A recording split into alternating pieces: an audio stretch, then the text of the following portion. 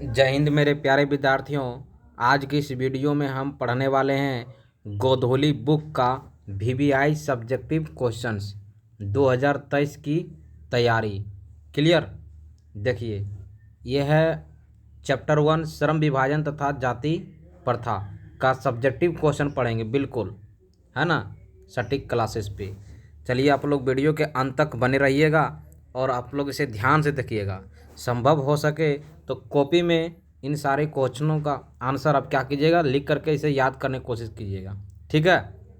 चलिए, हम next question की ओर सीधा बढ़ते हैं। क्वेश्चन रहा ये पहला क्वेश्चन है कि लेखक किस विडंबना की बात करते हैं, विडंबना का स्वरूप क्या है। इस क्वेश्चन में दो क्वेश्चन है ना, एक पहला यहाँ से और एक यहाँ तक, दो क्वेश्चन है।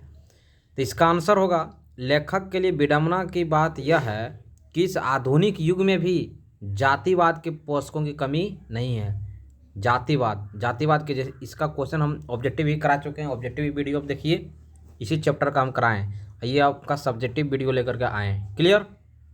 चलिए देखिए, क्वेश्चन नंबर 2, जातिवाद के पोषक उसके पक्ष में क्या तर्क देते हैं, मतलब उसके पक्ष में क्या कहते हैं। कहते हैं कि जातिवाद के पोषक इस आधुनिक समाज में कार्यकुशलता के लिए श्रम विभाजन को आवश्यक मानता है और कहते हैं कि जाति प्रथा भी श्रम विभाजन का ही दूसरा रूप है, इसलिए इसमें कोई बुराई नहीं है। क्लियर, समझ में आ रहा है ना। चलिए नेक्स्ट क्वेश्चन की ओर बढ़ते हैं। क्वेश्चन नंबर आगे है, बढ़ने से पहले देखिए ये स्लाइड। इस स्लाइड में क्या कह रहा है, शिक्षा और संस्कार जिंदगी जीने के लिए मूल मंत्र हैं। जिंदगी जीना है, इसके साथ शिक्षा के साथ साथ संस्कार भी होना जरूरी है। शिक्षा कभी झुकने नहीं देगी, शिक्षा का जो महत्व है ये कभी आपको झुकने नहीं देगी और संस्कार कभी गिरने आपको नहीं देगी। क्लियर। तो आप लोग दोनों को बरकरार लेकर के चलना है, शिक्षा और संस्कार दोनों साथ साथ में लेकर के। क्लियर। चलिए नेक्स्ट क्वेश्चन की ओर बढ़ते हैं। ये रहा क्वेश्चन नंबर 3 और 4, बहुत मज़ेदार क्वेश्चन है, आप लोग इसे अच्छी तरीके से पढ़िए। क्वेश्चन नंबर 3 करा, जातिवाद के पक्ष में दिए गए तर्कों पर लेखक की प्रमुख आपत्तियां क्या है। इस प्रश्न का सही आंसर होगा कि जातिवाद के पक्ष में दिए गए तर्कों पर लेखक के पहले आपत्ति यह है कि जाति प्रथा श्रम विभाजन के साथ साथ लोगों का भी विभाजन करता है। यानी कहने का मतलब, जो काम जिस करता है उसी काम के अनुसार उसका क्या करता है, विभाजन कर देता है। श्रम विभाजन निश्चय ही शब्द समाज की आवश्यकता है, परंतु किसी सभ्य समाज में कार्य के साथ साथ लोगों को भी विभाजन सही विभाजन नहीं है, इसलिए ये इसकी प्रमुख आपत्तियां मानते हैं कौन, लेखक। क्लियर। देखिए क्वेश्चन नंबर 4 कह रहा, जाति प्रथा भारतीय समाज में श्रम विभाजन का स्वाभाविक रूप क्यों नहीं कही जा सकती, स्वाभाविक रूप क्यों नहीं कह सकती है। इसका आंसर है नीचे कि भारत की जाति प्रथा की एक और विशेषता यह है, यह श्रमिकों का और अस्वाभाविक, देखिए ये श्रमिकों का अस्वाभाविक विभाजन ही नहीं करती, बल्कि श्रमिकों को एक दूसरे से ऊंच नीच को भी दर्शाता है ना। जिसका जो व्यक्ति जैसा काम करता है उसको उसके अनुसार उसको क्या मिलता है, ओहदा दिया जाता है, जो विश्व के किसी भी समाज में ऐसा पाया नहीं जाता है। इसलिए लेखक श्रम विभाजन का अस्वाभाविक रूप नहीं कही जा सकती है ना। क्लियर। चलिए हम बढ़ते हैं क्वेश्चन नंबर 5 की तरफ। आप लोग वीडियो के अंत तक क्वेश्चन को देखिए, ये फुल क्वेश्चन आंसर हम लेकर के आए हैं हिंदी बुक गोधोली का। टोटल इसमें जो भी क्वेश्चन बनने वाले हैं सब्जेक्टिव का सारा, आइए बिल्कुल बीवीडी क्या कहते हैं, ये 2023 की एग्ज़ाम के लिए एकदम मिसाल है। क्लियर। ये रहा क्वेश्चन नंबर 5 कह, जाति प्रथा भारत में बेरोजगारी का एक प्रमुख और प्रत्यक्ष कारण कैसे बने हुए, एक प्रमुख और प्रत्यक्ष कारण कैसे बने हुए, इसके बारे में देखना है।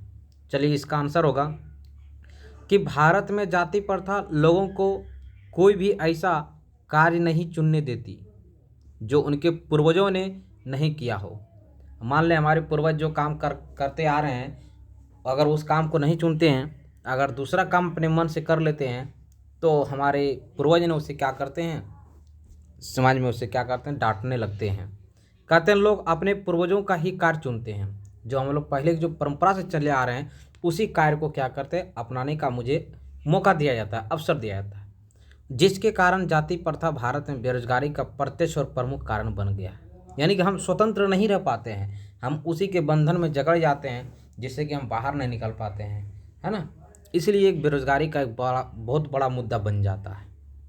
चलिए क्वेश्चन नंबर 6 देखिए, लेखक आज के उद्योगों में गरीबी और उत्पीड़न से भी बड़ी समस्या किसे मानता है और क्यों, है ना।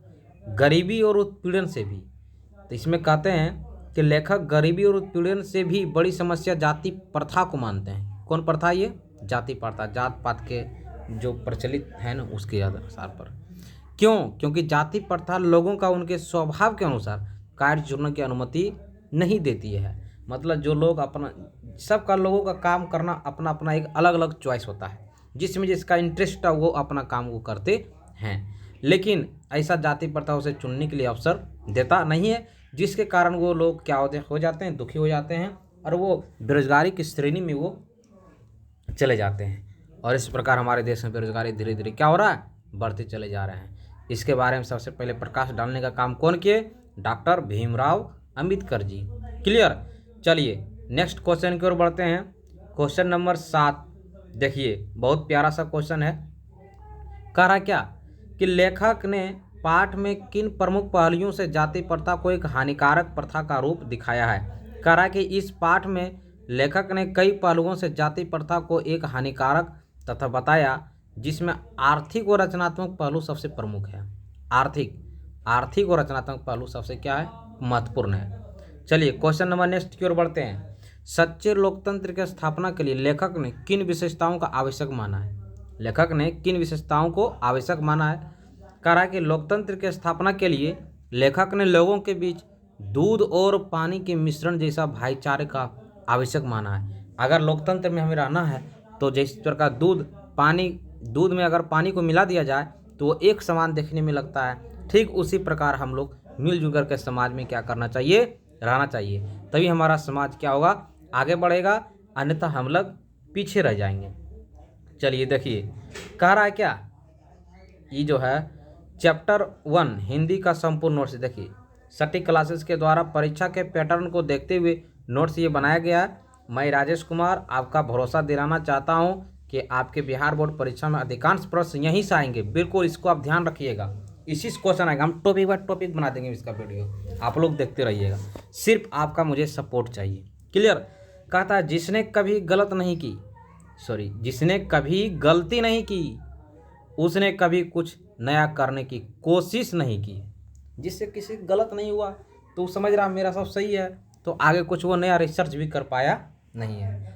तो गलती भी हो जाए हम लोगों से तो कोई तरह की दिक्कत नहीं है, उसे सुधारने का कोशिश किया जाए, है ना। गलती से तो हमें लोगों को क्या मिलता है, नई नई चीज़ों को सीख मिलता है।